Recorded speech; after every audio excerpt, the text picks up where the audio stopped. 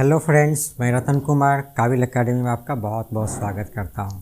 जैसा कि हमने पिछले वीडियो में पढ़ा था, भारत में यूरोपीय कंपनियों का आगमन, तो कई सारे यूरोपीय कंपनियां भारत में आई थे। तो हमने पुर्तगालियों के बारे में विस्तार से पढ़ा। इसके बाद हम लोग आज पढ़ने वाले हैं भारत में डच कंपनियों का आगमन के बारे में। कैसे डच आए, यहाँ पे कितने दिनों तक उसने व्यापार किया और कैसे उनका पतन हुआ, इसके बारे में हम लोग जानेंगे। डच जो थे वो यूरोप कंट्री के ही थे। तो डच कहा जाता है, आपका हॉलैंड या नीदरलैंड के निवासी को डच कहा जाता है। ये भी पुर्तगाल के आसपास के ही देश थे। जैसे ही पुर्तगालियों ने भारत से व्यापार शुरू किया तो भारत से वो मसाला ले जाते थे यूरोप में, और यूरोप में वहाँ के कंट्रियों में वो वितरित करते थे। तो ये जो डच हैं, डच भी सोचा कि हम भी क्यों ना व्यापार करें। तो ये पहले क्या करते थे, जो पुर्तगालियों द्वारा लाए हुए मसाले को खरीद कर फिर उसी को मॉडिफाई करके वहाँ पे वो बेचा करते थे यूरोप के बाकी देशों में। जैसा कि यहाँ पे आप देख रहे हैं, भारत से जो है लिस्बन जो पुर्तगाल की राजधानी था, वहाँ पर पुर्तगाली मसाले को ले जाते थे और वहाँ से वो ले आते एम्स्टर्डम में। एम्स्टर्डम जो नीदरलैंड की राजधानी था, वहाँ पे डच ले जाते थे और वहाँ से वो पूरे यूरोप में वो वहाँ से मसाले को वितरित करते थे। तो इस तरह से डच क्या करते थे, भारत में आए बिना ही मसालों का कारोबार करते थे और वे बहुत सारे धन प्राप्त किया। इस तरह से भारत से मसाला जो है पुर्तगाली ले जाते थे और पुर्तगाल से डच ले जाकर यूरोप में वितरित करते थे। अतः उसने अपनी आर्थिक स्थिति को मजबूत किया धीरे धीरे, और इस तरह से उसने अपनी सैन्य शक्ति को भी बढ़ाया और बहुत सारे जो सामान है युद्ध का वो भी उसने खरीदा, नौ शक्ति को बढ़ाया। और उसके मन में भी लालसा उत्पन्न होने लगा कि जो मसाले वो पुर्तगाली से लेकर के यूरोपियों को बांटते हैं, उसमें यदि उसको इतना मुनाफा हो रहा है, यदि वो सीधे भारत से या पूर्वी देशों से मसाले का खुद आयात करे तो उसे कितना ज़्यादा मुनाफा होगा। परंतु उस समय जो पुर्तगाली थे बहुत शक्तिशाली थे और भारतीय उपमहाद्वीप में तो और भी शक्तिशाली थे। यानी पूरे समुद्री जो मार्ग था या जो हिंद महासागर का क्षेत्र था, उस पर पुर्तगालियों का वर्चस्व स्थापित था। अतः डचों ने क्या किया, डच जानते थे कि यदि हम सीधे भारत जाएंगे या पूर्वी देश में जाएंगे तो उनका सामना पुर्तगालियों से करना पड़ेगा, और डच नहीं चाहते थे कि शुरुआत में ही वो पुर्तगालियों से लड़े और अपनी शक्ति में हरास कर ले। अतः वो व्यापार करना चाहते थे, इसलिए वे पहले जो है भारत ना आकर के पहले कहाँ चले गए, इंडोनेशिया की तरफ उन्होंने कूच किया। इंडोनेशिया को जिसे मसाला द्वीप भी कहते हैं। अतः वो वहाँ से इंडोनेशिया की तरफ पहले गए, जिससे क्या हो कि पुर्तगालियों और डचों का आमना सामना ना हो। और भी जो था, एक और चीज़ है, वो है फ्लूट शिप का। फ्लूट शिप जो है वो एक हल्का जहाज़ होता है, हल्का जहाज़ जो कम खर्चीला था। डचों ने इसका आविष्कार किया। जो पुर्तगाली जो जहाज़ थे वो बड़े बड़े थे, अतः उसको चलाने में अधिक आदमियों की ज़रूरत पड़ता था, जिससे लंबे दूरी की यात्रा में ज़्यादा खर्च पड़ता था। लेकिन डचों को ये सुविधा हुआ कि उन्होंने एक हल्के जहाज़ जिसे फ्लूट शिप कहा जाता था उसका निर्माण किया, जो कम खर्चीला था, कम लोगों द्वारा चलाया जाता था।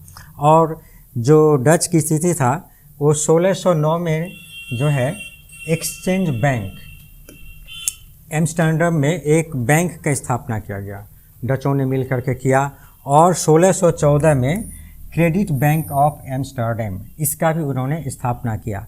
ये बैंक क्या करते थे, यहाँ पे पूंजी स्थापना करते थे, पूंजी जमा करते थे, जिससे जो एम्स्टर्डम जो है वो व्यापार का, यूरोप में व्यापार का एक मुख्य केंद्र बन गया।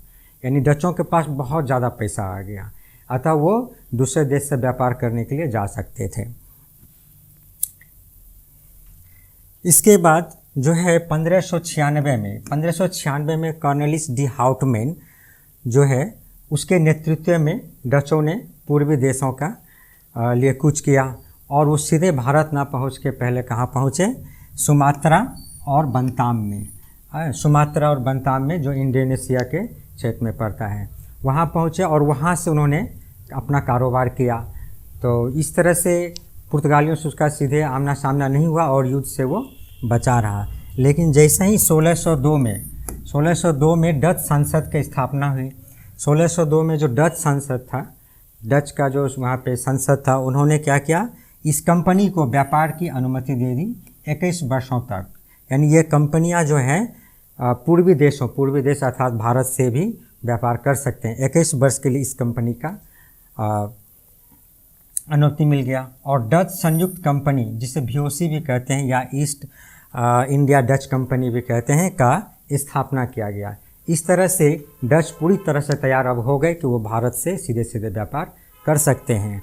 और उनका जो पूर्वी केंद्र था वो था बेटविया में स्थापना। कई सारे केंद्र थे, वहाँ भी जो नीदरलैंड है वहाँ भी एक अपना केंद्र बनाया, और पूरब में जो है व्यापार करने के लिए बेटविया को अपना केंद्र बनाया।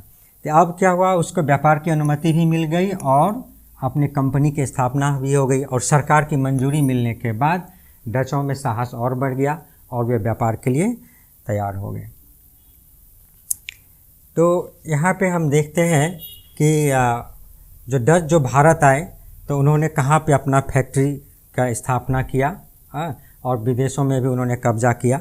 इस तरह से डच कंपनियों का जो 1605 में मछलीपट्टनम पहली फैक्ट्री बनाई। मछलीपट्टनम में 1610 में उसने कहा आंध्र प्रदेश में जो पड़ता है पुलिकट में, 1616 में सूरत यानी गुजरात में। यहाँ पर तो सारी कंपनियाँ के पहले यहीं पे, क्योंकि कपड़ा का एक बहुत अच्छा केंद्र था। और 1641 में बीमिलीपट्टनम, 1645 में करिकल, 1653 में चिंसुरा यहाँ पे, 1658 में कासिम बाजार पश्चिम बंगाल में, और 1658 में ही वो कई जगह पे, जैसे पटना बिहार में, बालासोर जो उड़ीसा में पड़ता है, और नागापट्टनम में, इन सब जगहों पर उन्होंने 1658 में फैक्ट्रियाँ बनाई। 1663 में उन्होंने क्या किया, गोलकुंडा में भी एक फैक्ट्री का निर्माण किया। ये था भारत के अंदर जो उनकी प्रमुख फैक्ट्रियाँ थी। और भी कई सारे फैक्ट्री थे, परंतु ये जो है प्रमुख फैक्ट्रियाँ हैं उन्होंने भारत में लगाया था। इसके बाद उन्होंने विदेशियों पर भी कब्जा किया। विदेशी कब्जा में है 1605 में अम्बोइना पे, 1619 में मसाला द्वीप, 1658 श्रीलंका जिसे सिलोन भी कहते थे, 1641 में उन्होंने मलक्का पे, इन सब क्षेत्रों पे उन्होंने कब्जा किया। तो डचों और पुर्तगालियों में एक अंतर ये था कि डच तो बाद में, या पुर्तगाली उससे 100 साल लगभग पहले आए। पुर्तगाली जो थे वो पूरे इस क्षेत्र पर उनका पूरा अधिकार था। तो एक जो नीति चलाया था उन्होंने, ब्लू वाटर पॉलिसी, जिसके तहत ये पूरा क्षेत्र उनके अधिकार में आता था। फिर भी जो पुर्तगाली थे इतने शक्तिशाली थे, डच आए यहाँ पे व्यापार किया और धीरे धीरे उनका पुर्तगालियों का युद्ध हुआ और पुर्तगालियों को वो यहाँ से भगाने में भी बहुत हद तक सफल रहे। इसका मुख्य कारण क्या था, डच जो थे पुर्तगालियों की तरह इतना क्रूर नहीं थे। पुर्तगाली आए, यहाँ पे व्यापार किए, यहाँ के राजाओं के साथ या यहाँ के लोगों के साथ अच्छा व्यवहार नहीं किया। इसके विपरीत जो डच था वो यहाँ के शासक के साथ अच्छा व्यवहार करते थे, जिसके वजह से लोगों को इनका समर्थन मिला। डच जो थे, कहा जाता है कि कुछ जो एरिया जैसे गोलकुंडा का एरिया है या यहाँ पे जो किसान वर्ग थे वो यदि कर नहीं चुका पाते थे तो उनका कर का जो भुगतान था डच करते थे, और बाद में उनसे वो काम या मजदूरी के बदले वो कर वापस लेते थे। इस तरह से डचों का जो था यहाँ के राजाओं में, यहाँ के लोगों में विश्वास था। अतः पुर्तगालियों को भगाने में यहाँ के शासक ही डचों का मदद करते थे। अतः डच उतना शक्तिशाली ना होते हुए भी उन्होंने क्या किया, पुर्तगालियों का सामना किया और उसको यहाँ से हटाने में मदद किया। इस तरह से और एक जो प्रश्न बनता है वो है कि यहाँ पे उन्होंने अपना जो मछलीपट्टनम में यहाँ पे बनाया, और एक है पुलिकट। ये जो पुलिकट में 1610 में उन्होंने जो फैक्ट्री लगाया था इधर में, तो पुलिकट में जो 1610 में जो फैक्ट्री उसकी स्थापना की थी, तो डचों ने क्या किया, जितने भी उसके फैक्ट्रियाँ थी किसी को उसने दुर्गीकृत नहीं किया। सिर्फ एक फैक्ट्री था जो पुलिकट में था, उसको कहते हैं गेल्ड्रिया। क्या कहते हैं, गेल्ड्रिया नामक जो फैक्ट्री था उसने उसको क्या किया था, दुर्गीकृत बनाया था, यानी दुर्ग बनाया था वहाँ पे। और शेष जो फैक्ट्रियाँ था उसको उसने ध्यान नहीं दिया, क्योंकि उसका मुख्य उद्देश्य था व्यापार करना, ना तो यहाँ पे शासन करना ना युद्ध करना। अतः वो सिर्फ एक ही फैक्ट्री को दुर्गीकृत किया। इसलिए यह इम्पोर्टेंट होता है, पूछा जाता है कि किस फैक्ट्री को उन्होंने डचों ने दुर्गीकृत किया, अतः इसका उत्तर होगा गेल्ड्रिया। इसके बाद भी और जो आता है वो है यहाँ पे जो है एक था सदरसपट्टनम,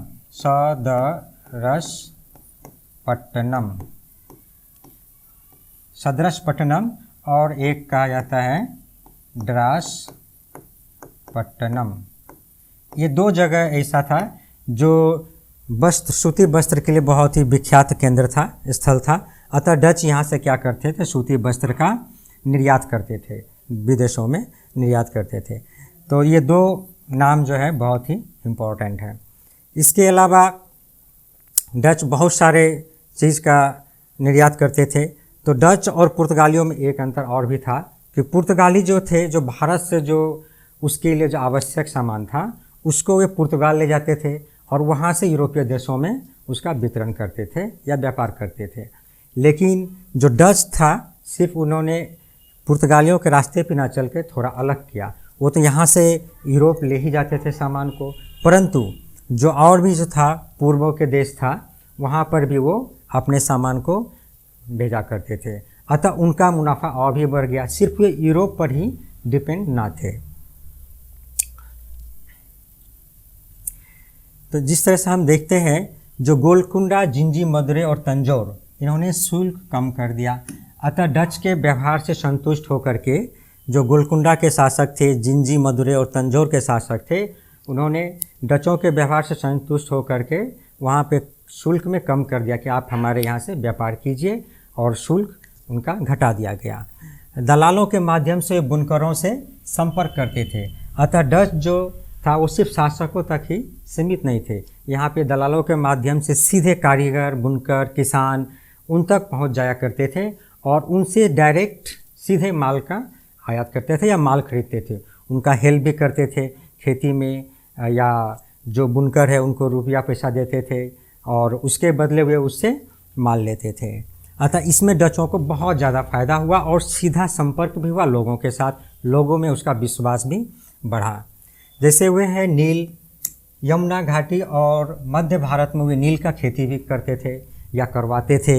हाँ, कपड़ा एवं सिल्क बंगाल, गुजरात एवं कोरोमंडल तट से वो कपड़ा एवं सिल्क का आयात करते थे। सोरा और अफीम जो है वो बिहार से मंगवाते थे।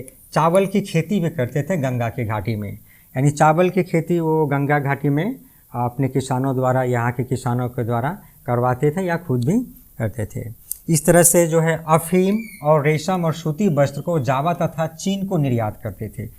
जो पुर्तगाली सिर्फ अपने देश ले जाया करते थे और यूरोप में बांटते थे, लेकिन डचों ने क्या किया, अफीम, रेशम, सूती वस्त्र और भी जो ज़रूरी सामान था उसको वो पूर्वी देशों में, यानी भारत से भी पूर्व में जो देश हैं उन देशों में इसका सप्लाई करते थे। इसके बाद उन्होंने पुलिकट में एक स्वर्ण पैगोडा सिक्के जो मिले हैं वो सिक्के भी ढालते थे। यानी डच जो यहाँ पे आकर के जो पुर्तगाली अपने देश से लाते थे रुपया पैसा या सिक्के, हाँ, बहुमूल्य रत्न, फिर यहाँ पे व्यापार करते थे। लेकिन डचों ने क्या किया, यहीं पे सिक्का ढालना शुरू कर दिया, जिससे उसका मुनाफा और बढ़ गया। तो अब देखते हैं कि ये डच आए, फिर डच का फिर पतन कैसे हुआ। पुर्तगालियों के पतन के कारण तो डच बना, अब डच का पतन कैसे हुआ। डच जब शुरू में आए तो उसी समय अंग्रेज़ों का भी आगमन हुआ। अंग्रेज़ और डच प्राय एक साथ में आए, थोड़ा आगे पीछे आए। तो जब ये आए उस समय पुर्तगाली बहुत मजबूत थे, अतः डच और अंग्रेज़ एक साथ मिलकर पुर्तगालियों का सामना किया। लेकिन भारत में दोनों या तीनों कंपनियां, ये तो व्यापार के उद्देश्य से आए। जब पुर्तगालियों का वर्चस्व कम गया तो डचों और अंग्रेज़ में प्रतिद्वंदिता बढ़ गया, क्योंकि दोनों ही व्यापार करने आए थे। हालांकि यूरोप में भी वो लोग लड़ चुके थे इसके पहले, यूरोप में भी, तो यहाँ भी प्रतिद्वंदिता के कारण आपस में उनका मतभेद हो गया व्यापार के कारण। इस तरह से 17वीं शताब्दी में या उसके उत्तरार्ध में यूरोप में 3 आंग्ल डच युद्ध हुए, लड़े गए, जिसमें क्या हुआ, जब विजेता रहा अंग्रेज, क्योंकि अंग्रेज बहुत शक्तिशाली थे और अंग्रेज़ों ने क्या किया, डचों को हरा दिया। उसके बाद 1672 से 1674 में तीसरा आंग्ल डच युद्ध हुआ और इन युद्धों में क्या हुआ, डच पराजय हुए, क्योंकि डचों का तो मुख्य उद्देश्य था व्यापार करना भारत में। अतः वे ठीक से अंग्रेज़ों का सामना नहीं कर पाए। और सबसे बड़ा कारण जो था वो था 1717 में। 1717 में जो भारत में जो मुग़ल शासक थे फ़र्रुखसियर जो अंग्रेज़ों के व्यापार के लिए शाही फरमान दिया अर्थात अंग्रेज़ कुछ शुल्क के बदौलत अंग्रेज़ों को पूरा बंगाल दे दिया या पूरा सूरत दे दिया, पूरा भारत में व्यापार की अनुमति दे दिया। तो अंग्रेज़ों के पूरे भारत के व्यापार पर एकाधिकार हो गया। वे इसके बदले कुछ सालाना शुल्क दिया करते थे मुग़ल शासक को। तो फ़र्रुखसियर से ये शाही फरमान मिलते ही इस पूरे इलाके पर अंग्रेज़ों का वर्चस्व हो गया। अतः उन्होंने क्या किया, दूसरे कंपनियों को यहाँ पर रहना नागवार कर दिया और डचों को यहाँ से खदेड़ दिया। इसके अलावा और एक जो सबसे इम्पोर्टेंट है वो है 1759 का, जिसे कहते हैं बेदरा का युद्ध। ये बहुत ही इम्पोर्टेंट है। 1759 में बेदरा में यहाँ डच और अंग्रेज़ों के बीच युद्ध हुआ और इस युद्ध में डचों को बुरी तरह से अंग्रेज़ों ने हरा दिया और यही से डच का पतन शुरू हो गया।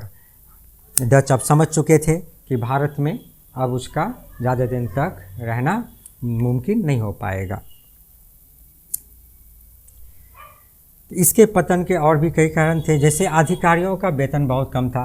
डचों में जो था, डच अधिकारी थे जो उसमें काम करते थे डच कंपनी में, उसका वेतन बहुत कम था और जो अंग्रेज़ थे उसका जो वेतन था या उसका हिस्सेदारी बहुत ज़्यादा था। अतः इसका मनोबल भी कम था।